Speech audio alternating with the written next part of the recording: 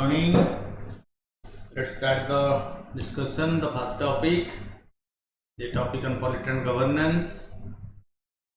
So, the politics of caste census, its impact on secularism. Since Narendra Modi entered India's national political scene, opposition leader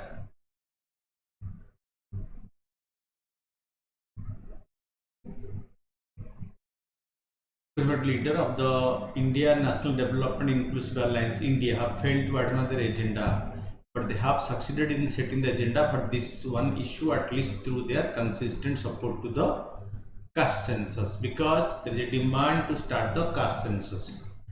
So Prime Minister Modi has monopolized agenda setting in Indian politics, from demonetization to the notion of simultaneous election, like one nation, one election. Modi has maintained that his prime concern is assisting the poor and that he only believes in poverty as the only caste in response to the India coalition constant demand for caste census. So Modi has been demanding that poverty is the only issue. Okay.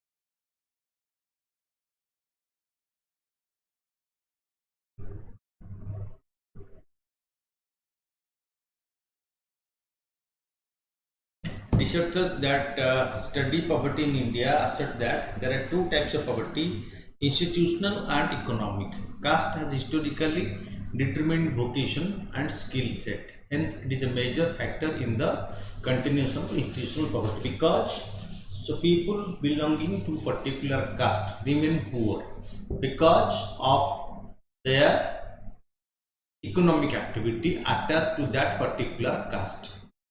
A caste census is essential because in the modern Indian economy, majority of jobs are network driven and caste play a crucial role in driving this network. This is also the reason it makes sense to Rahul Gandhi to say that a census of this kind is like the X-ray of India, because from that we can know the details, so we can plan poverty elimination programs.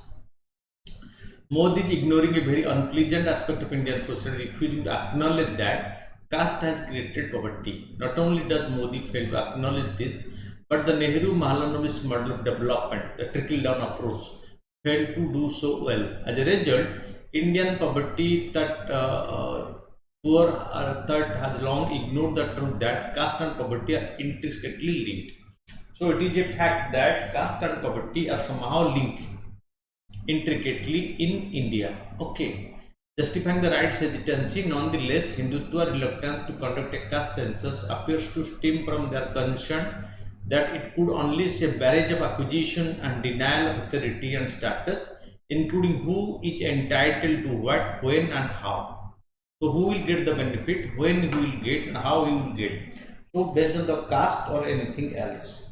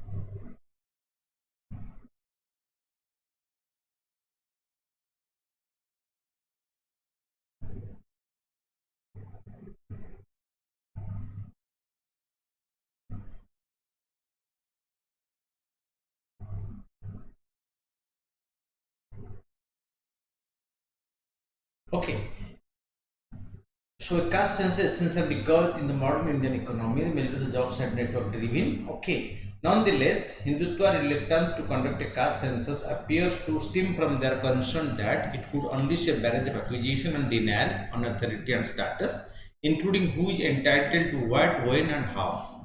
A census of this kind could provide a constant source of political division and kick off an unending chain of social engineering, offending Hindutva's meticulously constructed Hindu majoritarian unity, which has been built over decades of intense grassroots activism. Hindutva forces are very close to realizing their political goal of Hindu majoritarian unity, which seemed nearly utopian in the middle of the 1970s by utilizing the politics of religious polarization. Explaining the right's reluctance, however, non-religious political organizations are also conscious of the polarizing effect that a caste census could have. To them, it is the most effective tool available to limit the increasing elected power of Hindutva majoritarian parties. There is not much hope for secular politics to come back because of the caste census. From the perspective of secularism resurgence in India, it is a risk. While it may have the tempo of Hindutva politics, it is not the final result that may lead to the creation of a majoritarian Hindu political culture or a state akin to it. The last caste census was conducted in 1931 when organized rights parties were just minor participants in India's freedom struggle. In 1951, might have seen the continuation of the caste census after independence. It is conceivable that right may have been a major factor in the 1951 caste census not being resumed again. It could be out of the question to suggest that there may be some similarities between the regions why the Indian constitution did not include the word secular, despite some effort of regions. Why the caste census not commenced in 1951, because secularism was not part of Indian constitution in the initial period. It was added in the constitution much later. It is possible that embedded right group contribute to the coordinated opposition to India's secular project at the time. The modern resistance is more structured and louder than before, but it merely restates the same old arguments. Fine. So there is a demand for a caste-based census. This is gaining momentum right now, and more this India alliance has been demanding for a caste-based census in India.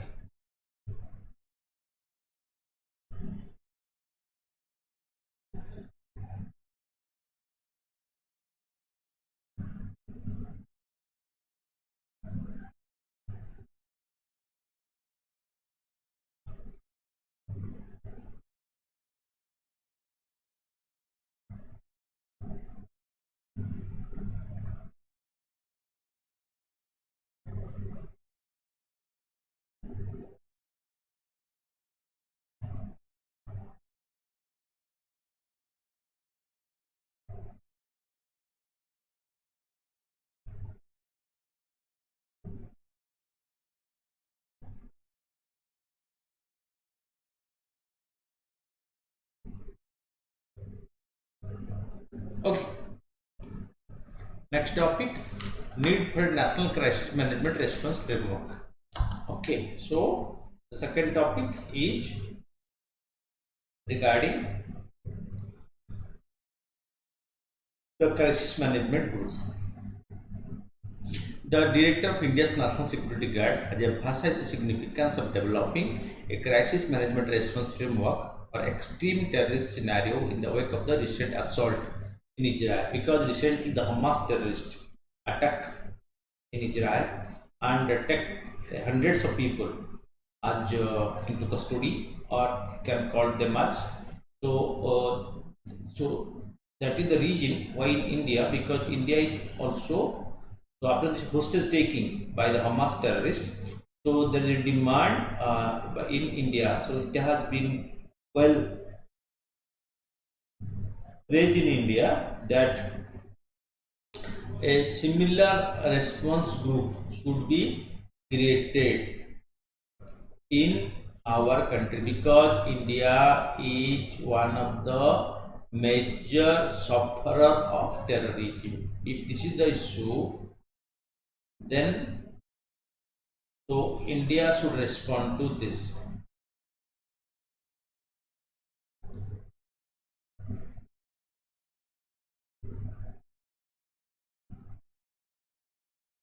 Okay. It is the need for a national crisis management response framework, preparedness for unpredictable threats. Extreme terrorist events can come as a surprise, therefore, having a clear plan of action is essential. Authorities are guaranteed to be prepared to face unforeseen security challenges by means of a crisis management framework. Coordination among various agencies, both at the federal and state level, is crucial in countering terrorism effectively. The framework will establish clear protocols for collaboration and communication during crisis. Mitigating impact. Terrorist act can be considerably lowered in their impact, resulting in fewer casualty and less damage with prompt and well coordinated reaction. Guidelines for mitigating strategy are provided by an organized crisis management framework. Safeguarding critical infrastructure. Critical infrastructure is regularly a target of terrorist attack, jeopardizing national security. This framework will be an essential part of the country's security infrastructure, guaranteeing resilience against changing threats. It should include measures to protect critical infrastructure during a crisis, ultimately enhancing national security by comprehensively addressing extreme terrorist scenarios. Enhancing counter-terrorism capabilities.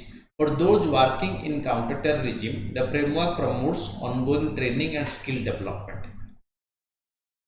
Constant investment in skills and capability guarantees that responders stay at the forefront of their profession. The synergy between likely skilled persons and innovative technology should be acknowledged by the framework. Nevertheless, despite advances in technology, the combination of people and weapons is ultimately what determines the outcome. Border security challenges. India's large territory and advantageous location in South Asia raises serious security issues. Strong marine security measures are required due to India's 7,683-kilometer coastline and its extensive exclusive economic zone or EEZ, which expand to beyond 200 nautical miles inside the sea. Additionally, with over 15,000 kilometers of okay, shared land borders with seven other countries, particularly difficult borders with China and Pakistan, efficient border control is also essential to Indian security. Difficult terrain and porous borders increase security difficulty. Concerns encompass militant infiltration and exhilaration, cross-border terrorism, and the emergence of non-state actors. Difficulties listed above highlights the requirement for an all-encompassing national crisis management structure. But the National Security Guard, the National Security Guard or NSGE is a federal contingency world-class zero-error force that handles counter-terrorism efforts in all its forms. NSG should only be called upon in dire circumstances to prevent catastrophic acts of terrorists, since it is a force that has been specially educated and equipped to handle particular conditions like the terrorist and terror attack.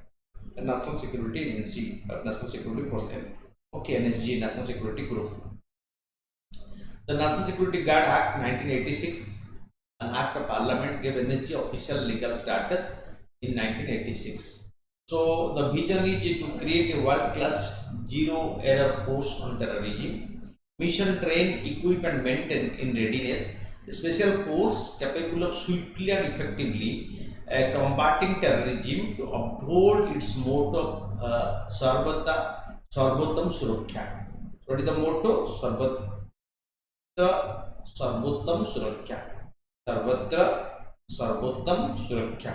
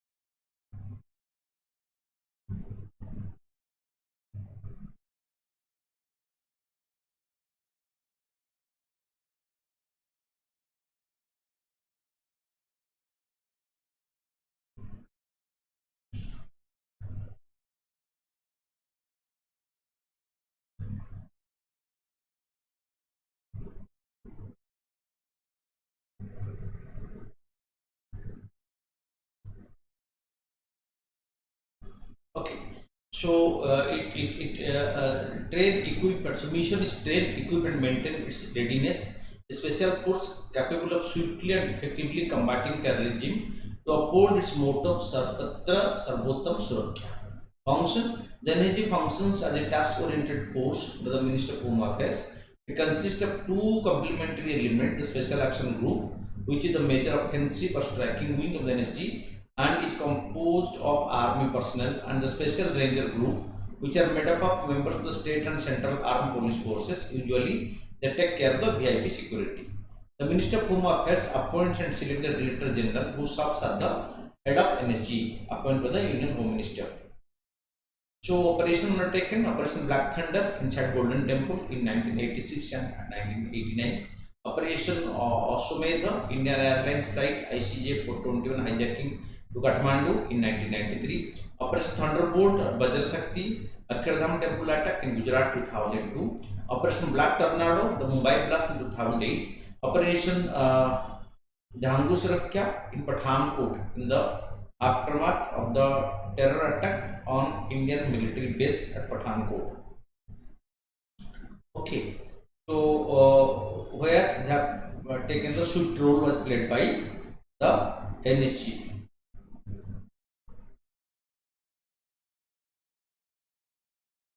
So conclusion: crisis management is an essential mechanism to protect humanity and civilization from extreme terrorist scenario in the wake of the recent assault in Israel. Because recently the world has seen how these Hamas terrorists swiftly attack and hijack the entire by breaking the iron dome of Israel. Israel is a country which has utmost precaution and safety measures. Okay, for its own internal security, but see the Hamas terrorists are able to overtake it, fine, and that is a reason why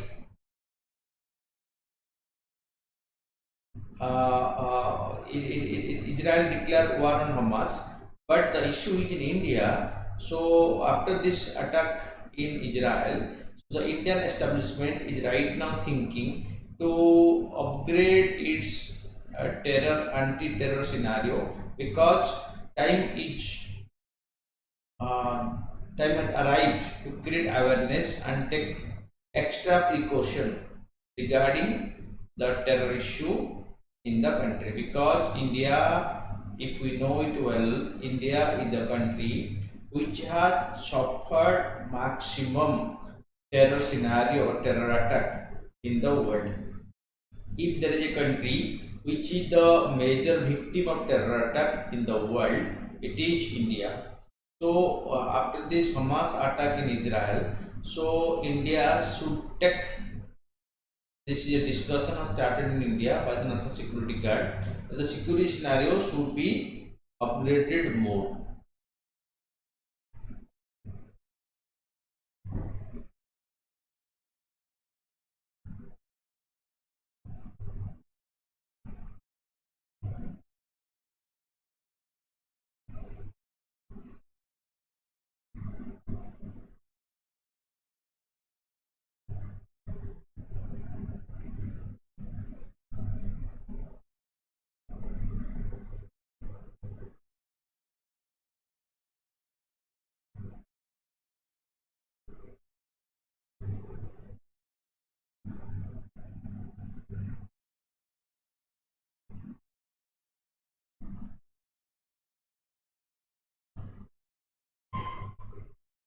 Next is the Ratna Bhandar of the Puri temple, so which is much in discussion. Okay, so there has been demand to open the Ratna Bhandar, the treasure room of the Puri Jagannath temple, that has not been unlocked for 3 decades. At the ASI, the custodian of the 12th century temple, issued demand for repair, conservation of the chamber, call to open the Ratna Bhandar again gained traction. They are concerned that fissures in the wall could damage the valuable ornament held there. It is the Puri temple Ratna Bhandar, the magnificent decorations of the Lord Jagannath, Lord Balabhadra and Goddess Subhadra, presented overage by devotee and power kings, are kept in the Ratna Mandap of the 12th century temple inside the Sanctum Sanctorum. It is housed within the temple and consists of two chambers. Outer chamber, the Bahar Bhandar, it is open on a regular basis to retrieve ornament for the deities during the Sunabesha, regular activities, the vital rites during the annual Rath Yatra and as well as major festival like the Dasara throughout the year. The inner chamber, the Bhitar Bhandar, has not been opened since 38 years. It contained 12,831 bhari of gold ornaments set with precious stones and 22,153 bhari of silver utensil among other things as per the record available. So what is done 38 years back. When the Ratna Bhandar last opened, according to official sources, the last inventory was made between May 13th and July 23, 1978. So it was opened again in July 1985. The inventory was not updated. Permission of the Odisha government is required to open the treasure house. So only government of Odisha can take decision to open the Ratna Bhandar. So something about Jagannath temple. The majority of the major temple sites are in the old Kalinga, present Puri district, which includes Bhubaneswar, ancient Bhubaneswar, Puri and Konark. Constructed in the 10th century by Anantavarman of the Chodaganga dynasty. The deities within the Saran, on the other hand, are thought to be far older. As a result of the 1230 king Ananga Bhima III consecrated his realm to the deity and declared himself the god's deputy. All conquerors of Odisha, including the Mughals, Maratha, and the English East India Company, seized control of the temple. They tried. They believed that doing so would make their rule acceptable to the locals because Jagannath is the most venerated and accepted god for the Odisha people. So taking control over the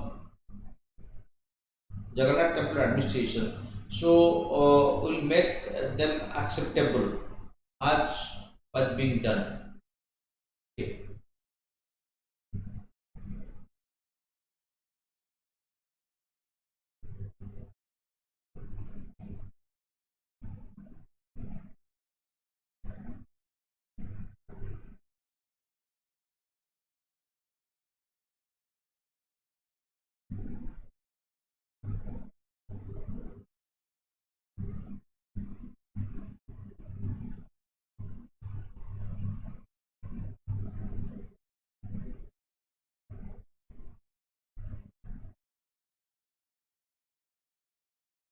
Okay, so they believe that doing so would make their rule acceptable to the people of Odisha or Odia people.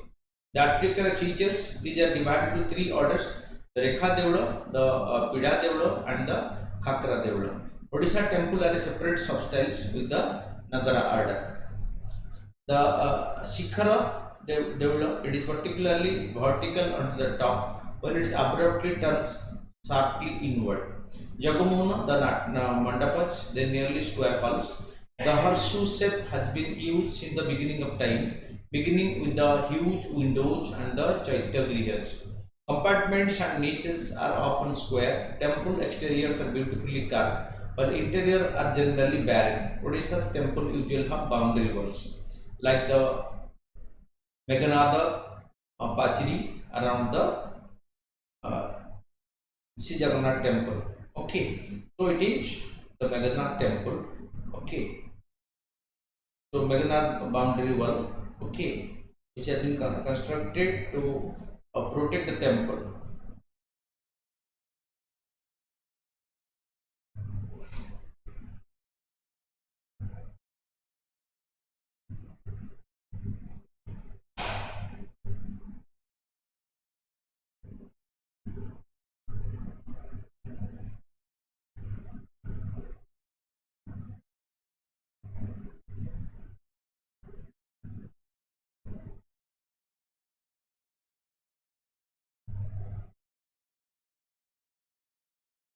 Okay, so then GAN Sahayak scheme, the GAN Sahayak scheme announced by the Gujarat government witnessed opposition from student groups, political parties including the AAP and the Congress. But this GAN Sahayak scheme, the plan intends to fill gap in government schools by appointing teachers, also known as GAN Sahayak, on a contractual basis until the usual selection procedure is completed.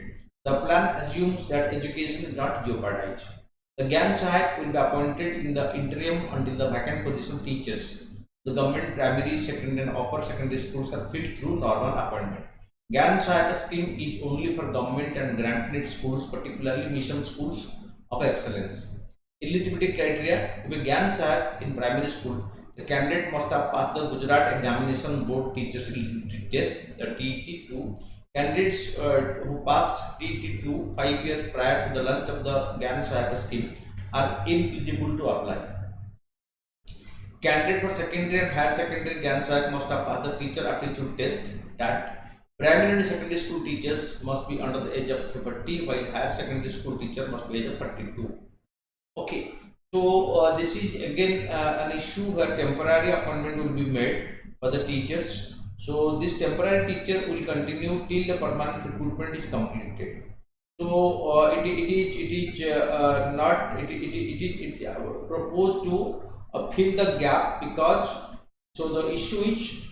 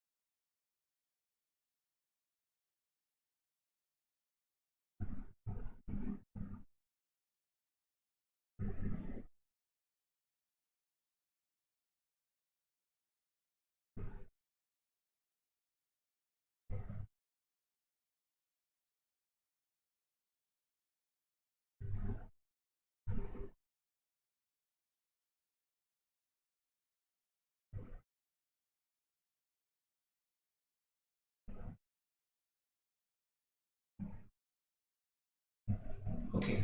Then the Sakharov Prize for Freedom Thought, Iran's Masa Amini awarded Sakharov Freedom Prize 2023.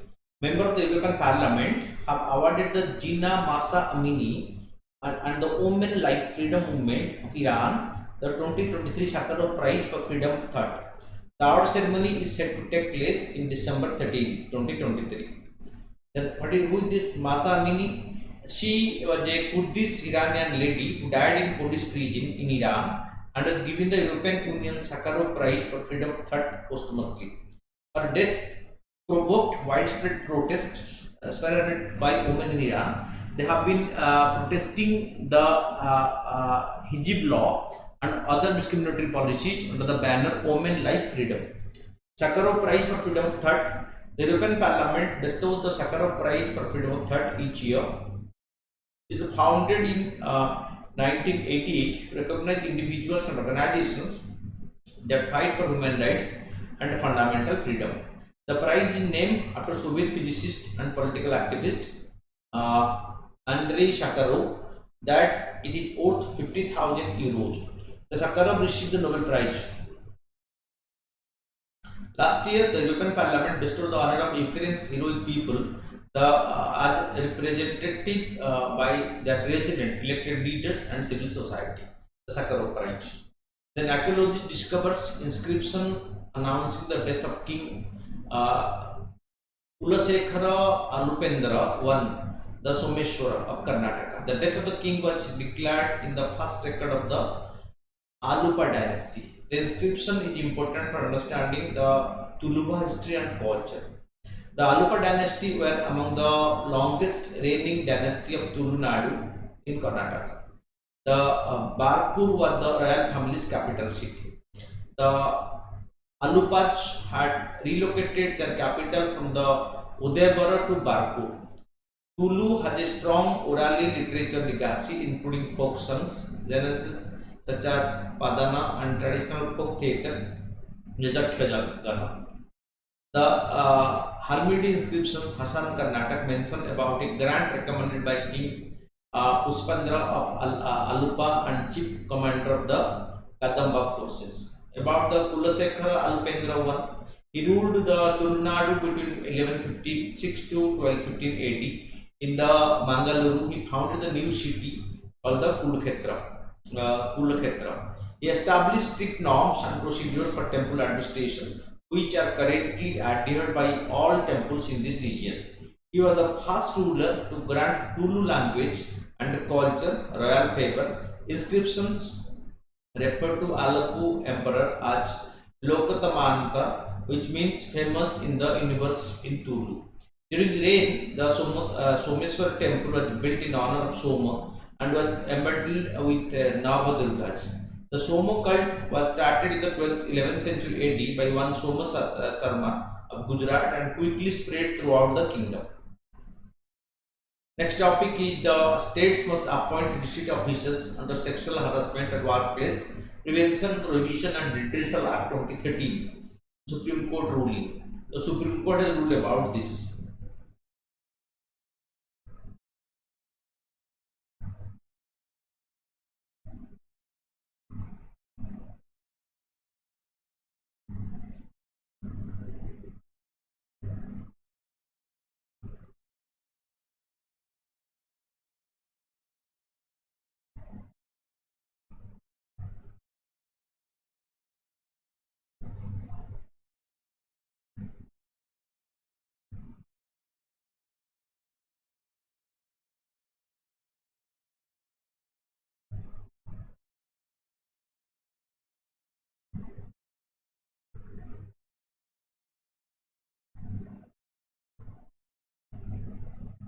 Sexual harassment at workplace. Principal Secretary of Ministry of Women and Child Development of every state intended to ensure appointment of district officer in every district within 4 weeks under Section 5 of the Post Act. Each appointed district officer would constitute local complaint committee to receive complaint from women employed in small establishment with less than 10 workers or cases in which the assailant is the employer himself. Section 6 of the Act.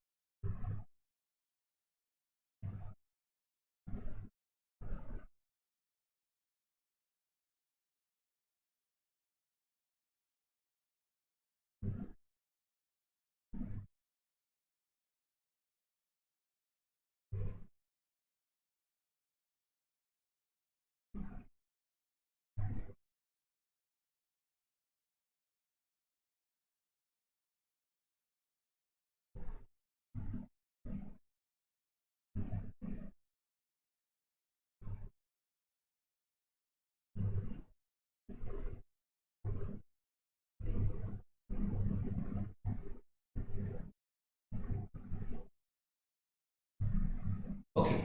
So, chairperson and every member of the local committee shall hold office for such a period not exceeding 3 years from date of their appointment as may be specified by the district official.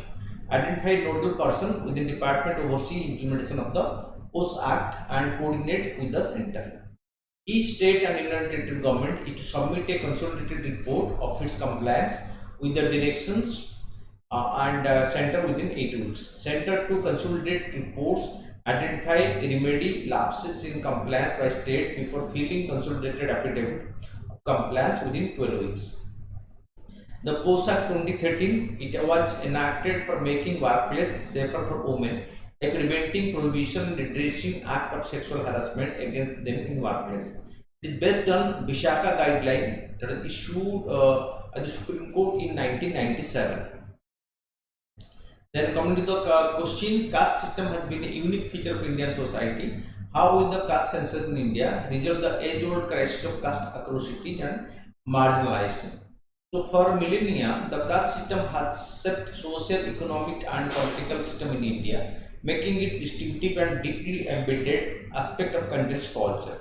The adoption of a caste census can be crucial to better understanding and eliminating caste-based discrimination and marginalization. Even India has made great strides in this regard through legal and constitutional measures. Importance of the caste census: data gathering and awareness, more precise and current information about the makeup and distribution of India's various castes and groups will be available through a caste census. Policymakers may find this data useful in better understanding the socio-economic situations and disadvantages that different caste groups confront. Targeted welfare, more focused social welfare initiatives may be made possible by accurate caste data. By doing this, past injustices and inequalities may be addressed, and the benefits of resources could be directed towards the most marginalized and underprivileged populations. Affirmative action: scheduled caste, scheduled tribe and other backward classes are protected under the India's well-established system in terms of employment, education and political representation. By giving marginalized community chances and representation, these policies seek to uplift them. This caste census can help to streamline and expedite the procedure. Social and political representation: in order to guarantee that disadvantaged people are fairly represented in the range of fields such as politics, education and workforce, caste-based data can also be utilized. So, how the people belonging to this particular group or caste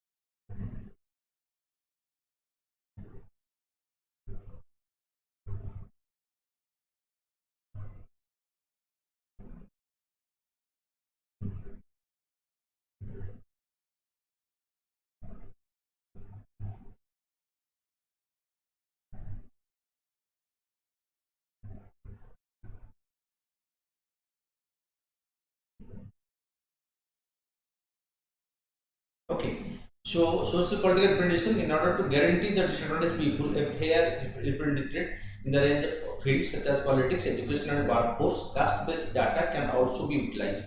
This could provide marginalized groups more clout and influence when it comes to making decisions. Tracking progress over time, reduction of caste-based disparities can be tracked using data from a caste census, which can be used as a baseline. It can assist in evaluating the effect of current constitutional clauses and laws, such as those pertaining to reservation in public employment and education, and in making necessary divisions. Legal framework and accountability. The legal framework against caste-based discrimination can be strengthened by accurate caste statistics in order to make sure that those who commit caste of the cases acts of violence based on caste are held responsible.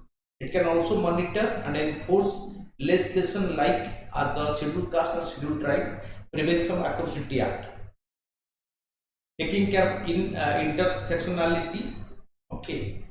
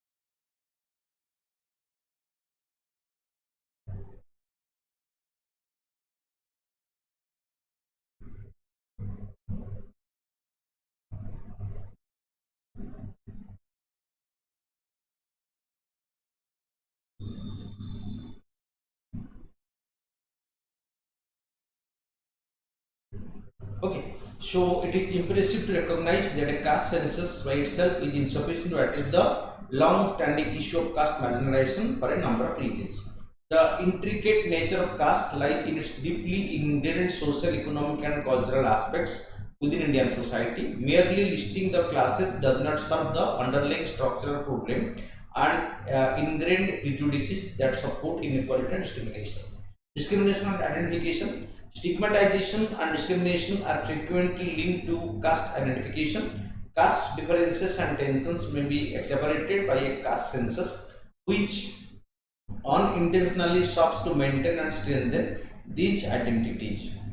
Implementation difficulties. It can be difficult to execute welfare and affirmative actions program based on caste statistics. Effective governance, political will, and processes are necessary. Guarantee that the intended recipients receive the benefits. Over reliance on caste data. Caste data may be overemphasized at the expense of other significant marginalization causing factors such as gender, poverty, and geographic location. It is imperative to adopt a holistic approach that takes into account many aspects of disadvantage. Social transformation, emphasis on social transformation, awareness, and education is necessary to effectively overcome caste-based marginalization. Shifting ingrained belief and bias is no longer the long-term processes that goes beyond data collection. Privacy issue. Gathering information about caste gives rise to privacy issue and the possibility of abuse. It is crucial to implement appropriate security and data protection procedures. This assumes more significance when one considers that the right to privacy is turning into a fundamental freedom in which poor's will and concerns are paramount.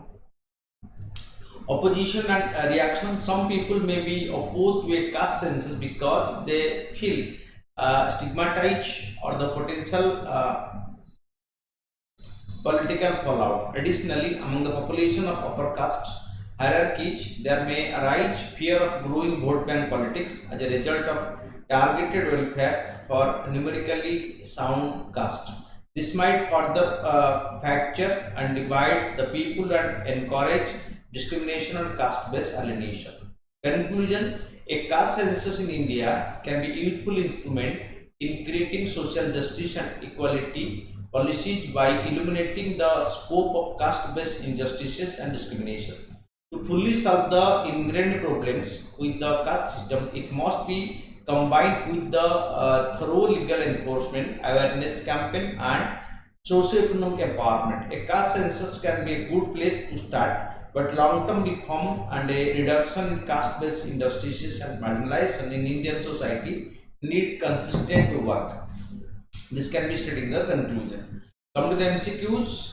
The Amazon River Basin cover part of Guyana, Colombia, Ecuador, Bolivia, Suriname, French Guiana, and Venezuela. Okay, that is right. Amazon rainforest is bound by the Andes mountain to the east and the Atlantic Ocean to the west. It is wrong. Okay, only one is correct. With reference to millet production in India, from the following statement, India is the largest producer of millet in the world, right? Maharashtra is the largest millet producing state in India, wrong. Indian government has suggested the United Nations to declare 2025, not 2023. So only one is correct, that is 1. 2 and 3 are incorrect, so option will be A. With reference to minimum support price in India, this is the following statement. The Commission for Agricultural Cost and Prices approve MSP for various crops in India, right? The CSCP recommends MSP for 22 mandated crops and fair remunerative price for sugarcane. Here, both are correct. So what is incorrect is, that means, so both 1 and 2 are correct here in this option. That's the hello. So this is neither 1 or not 2 is incorrect because both are correct. So with reference to the sustainable agri-food system, consider the following statement. It encompasses a holistic approach to agriculture production. So it encompasses a holistic approach to agriculture production, distribution, consumption, and waste management that is environmentally sound. So right, the Pokali rice, the Kotuba below sea level farming in Kerala are the example of sustainable agri practices. The 16th Agricultural Science Congress organized in Kerala in order to promote sustainable agriculture system by Agricultural Research Institute. So Indian Agricultural Research Institute. Here only one is incorrect, so that is 1. Then regarding the chemical weapon, consider the following statement. Munitions, devices and other equipment specially designed to weaponize toxic chemical also fall under the definition of chemical weapons. Chemical Weapon Convention is a multilateral treaty banning chemical weapons and requiring their destruction within a stipulated time. India is yet to sign the Chemical Weapon Convention. So here only 2 are correct, 3 is not correct. The Uluru statement is record tribes of Australia. Best tourism village initiative by United Nations program is given by the United Nations World Tourism Organization. With reference to National Clean Air Program, consider the following statement. It is the first ever effort in the country to frame a national framework for air quality management with a time-bound reduction target. That is correct. It covers 182 non-attainment cities. Non-attainment cities are those that have fallen short of the national ambient air quality standards. There are only 2 are correct, 3 is incorrect. Regarding I2U2, how many countries are part of I2U2? So it is India is a part, Israel is a part. So Iran and Iraq are not part of. So only 1 and 4. So 2 was the correct answer. That's the following statement, and the other U2s are United Arab Emirates and USA. Okay, Israel, India, United States of America, and another United Arab Emirates are the member of this I2U2. Okay. So consider the following statement. The origin of the census in India dates back to the colonial exercise in 1881, right? So the first socio-economic census was conducted in 1891. Census data is confidential under the Section Act of 1940. So 2 is incorrect, 1 and 3 are correct, so only 2 are correct. Thank you for watching. Keep watching regularly to update yourself on the development.